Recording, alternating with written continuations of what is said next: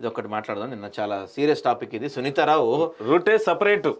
PCC అధ్యక్షుడిపై చాలా తీవ్ర విమర్శలు చేసింది. వాళ్ళ మరదళ్ళకి వాళ్ళ చెల్లెళ్ళకి ఇచ్చుకుంటున్నారు కానీ ఎప్పటి నుంచో పార్టీలో ఉన్న మాపై చిన్న చూపు అని నిన్న గట్టిగానే మాట్లాడింది.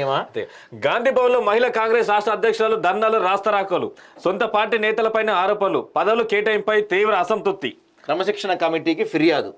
మహిళా కాంగ్రెస్ రాష్ట్ర అధ్యక్షురాలు సునీతారావు తీరుపై రాష్ట్ర వ్యాప్తంగా చర్చనీయాంశంగా మారింది.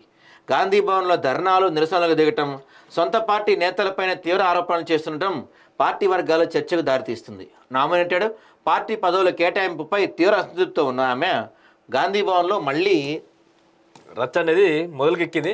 కేసీఆర్ ఫ్యామిలీ చేసినటువంటి పనులు కూడా కాంగ్రెస్ పార్టీలో ఉన్నటువంటి కొంతమంది లీడర్లు చేస్తూ ఉన్నారు. అది మానుకుంటే చాలా మంచిది. ఎందుకంటే మీ కుటుంబం చూసి ఏదో మిమ్మల్ని చూసి ప్రజలు ఓటేయలే, ఏదో ప్రజలకు ఉపయోగపడతారు, ప్రజలకు ఏదో అందుబాటులోకి వస్తారు, ఉద్ధరిస్తారనే నమ్మకంతో ఓట్లేసి గెలిపిస్తే వీళ్ళ కుటుంబం ఉన్నోళ్లకు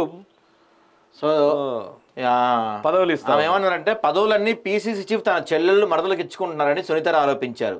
బుధవారం గాంధీ భవన్లో పీసీసీ చీఫ్ ఛాంబర్ ఎదుట ధర్నా చేశారు. వి వాంట్ జస్టిస్, మహిళా కాంగ్రెస్ జిందాబాద్ నినాదాలు చేశారు. ఈ సందర్భంగా మాట్లాడుతూ తనకు ఎమ్మెల్సీ పదవి ఇస్తా అని చెప్పి విస్మరించారని ఆరోపించారు. పార్టీకి అండగా నిలిచిన మహిళా నేతలకు గౌరవం ఇవ్వడం లేదని పేర్కొన్నారు. నామినేటెడ్ పోస్టులతో పాటు కమిటీల్లోనే ఎలాంటి అవకాశం కల్పించలేదని వాపోయారు.